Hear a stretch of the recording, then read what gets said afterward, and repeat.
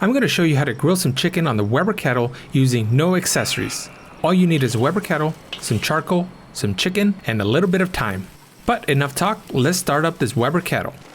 Be sure to drop in some charcoal over to the indirect side, pile it up, and then let's light. I don't have any of those Weber cube starters with me, so I'm just going to use 2 paper towels with oil. In a pinch, this works really well. Pile up your charcoal. And in about 15 minutes, you should be good to go. Stir up your charcoal. Drop in your grate. Cover, and let's prep up our chicken. You could cook a whole chicken in different ways. You could cook it whole. You could spatchcock it.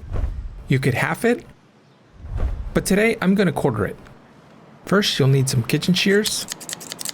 And we'll first remove the spine.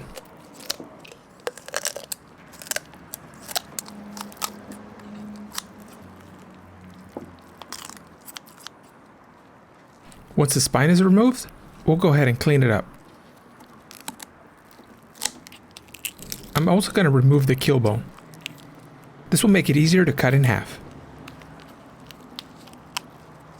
If you're new to grilling, chicken is the easiest and cheapest meat you could practice on.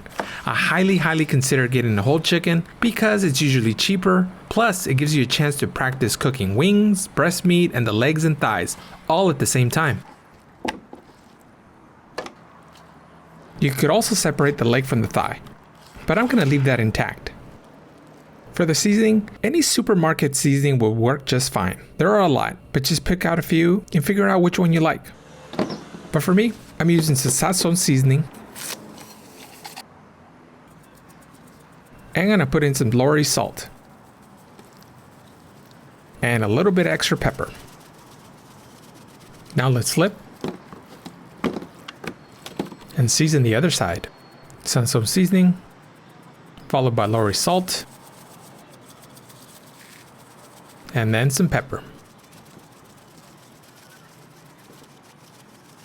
As I mentioned before, you might consider cooking up a whole chicken yourself and then cutting it up. You'll save a little bit of money that way. Let's place in our chicken pieces. Oops, I almost forgot. Let's oil up our grates. This will prevent any sticking.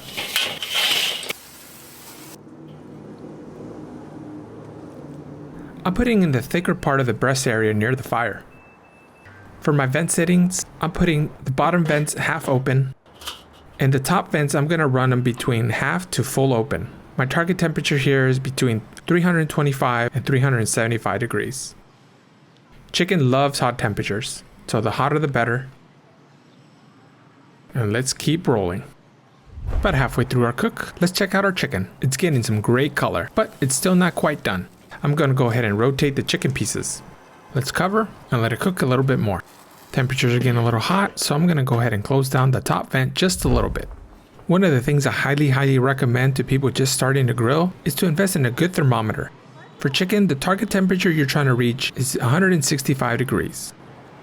Chicken is good to go, but I'm going to go ahead and put it on the direct side for it to get just a little bit more color. The dark meat can handle the hotter temperatures, so don't worry about going higher than 165. If you're at the 175 or the 185 range on the dark meat, you're in good shape. The breast meat, however, is what you really have to be careful about. It's really important that you do not overcook the breast meat or it'll dry out.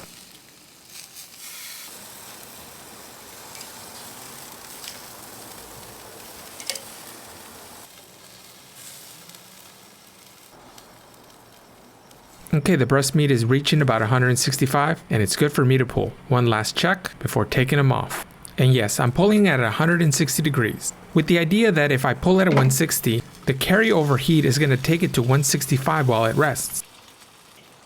Let's remove this chicken. As you can tell, it gets really juicy. Here's our leg quarters, and go ahead and remove the drumstick from the thigh. It's really easy.